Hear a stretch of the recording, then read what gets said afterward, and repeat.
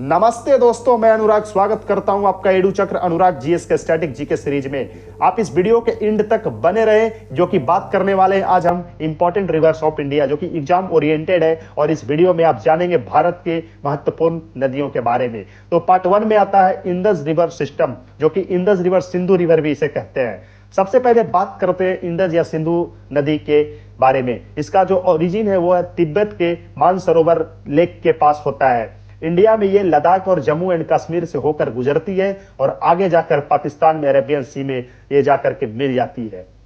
इसी के साथ है झेलम रिवर। झेलम नदी का ओरिजिन जो है वो है वेरीनाग, जम्मू एंड कश्मीर में होता है।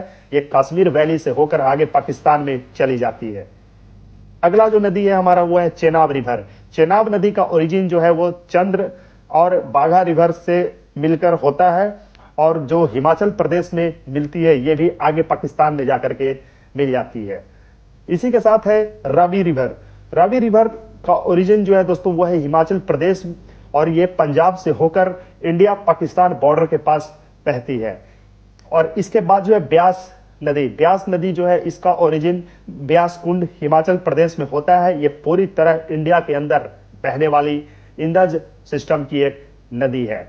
और इसके बाद जो आता है वो है सतलज रिवर। सतलज नदी का जो ओरिजिन है वो तिब्बत में होता है और इसी नदी पर भाखरा नंगल डैम बना हुआ है। जो कि एग्जाम फैक्ट के लिए यदि हम देखते हैं तो वो ये है कि इंडस सिस्टम की रिवर्स झेलम, चेनाब, रवि, ब्यास और सतलज है। और ये था पार्ट 1। यदि हम बात करें पार्ट 2, जो कि गंगा रिवर सिस्टम इसे हम कह सकते हैं। पार्ट 2 में गंगा रिवर सिस्टम में दोस्तों ये है कि गंगा नदी का जो ओरिजिन है वो है गंगोत्री ग्लेशियर से होता है, जिसे भागीरथी कहा जाता है। देवप्रयाग में अलकनंदा से मिलकर ये गंगा बन जाती है। इसके बाद आता है यमुना रिवर। यमुना नदी का जो ओरिजिन है यमुनोत्री ग्लेशियर से होता है। प्रयागराज में ये गंगा से जाकर के मिलती है। और इसके बाद आता है घाघरा रिवर। घाघरा नदी का ओरिजिन जो है तिब्बत में होता है और ये गंगा की सबसे बड़ी ट्रिब्यूटरी रिवर भी हम इसे कहते हैं। इसके बाद आता है गंडक एंड कोसी। गंडक एंड कोसी की यदि हम बात करें तो नेपाल से आने वाली गंगा की इंपॉर्टेंट ट्रिब्यूटरीज है। कोसी को बिहार का शोक भी कहा जाता है। यदि आपसे कोई पूछे सौरो रिवर ऑफ बिहार कौन है तो वो है कोसी। इसी के साथ पार्ट 3, ये जो था अभी तक पार्ट 2 का था, और पार्ट 3 की यदि हम बात करें तो पेनिनसुलर रिवर्स, जो कि इसमें आते हैं नर्मदा रिवर। नर्मदा नदी का ओरिजिन जो है वो है अमरकंटक, मध्य प्रदेश में होता है। ये वेस्ट में बहने वाली नदी है और अरब सागर में जाकर के ये मिलती है। इसके जो फ्लो है वो याद रखने हैं, वो वेस्ट में जाकर के बहने वाली नदी है और अरब सागर में जाकर ये मिल जाती है। इसके बाद आती है तापी रिवर, जिसे तपी नदी या ताप्ती नदी भी कहते हैं। वेस्ट में बहकर अरब सागर में ये मिलती है। और गोदावरी रिवर। गोदावरी रिवर को दक्षिण गंगा कहा जाता है। इसका ओरिजिन जो है त्रिंबकेश्वर महाराष्ट्र में होता है।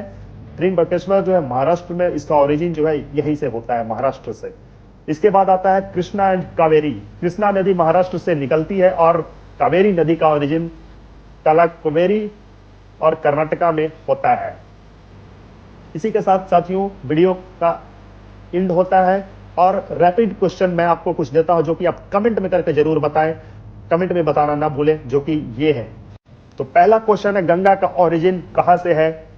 दूसरा क्वेश्चन है longest river of south India कौन सी है। और तीसरा जो सवाल है वो ये है कि कौन सी नदी अरेबियन सी में गिरती है, नर्मदा या गोदावरी। और चौथा जो है दोस्तों वो ये है कि भाखरा नंगाल डैम किस नदी पर बना है। इसका आंसर आप जरूर दें, जो कि एग्जाम ओरिएंटेड क्वेश्चन है ये। और पांचवा जो कि अंतिम है, बिहार का शोक नदी किस नदी को कहा जाता है। कमेंट में करके ये सब का आंसर आप जरूर बताएं। और ऐसे ही इंफॉर्मेटिव कंटेंट के लिए चैनल को सब्सक्राइब करें और लोगों के साथ शेयर करें। धन्यवाद।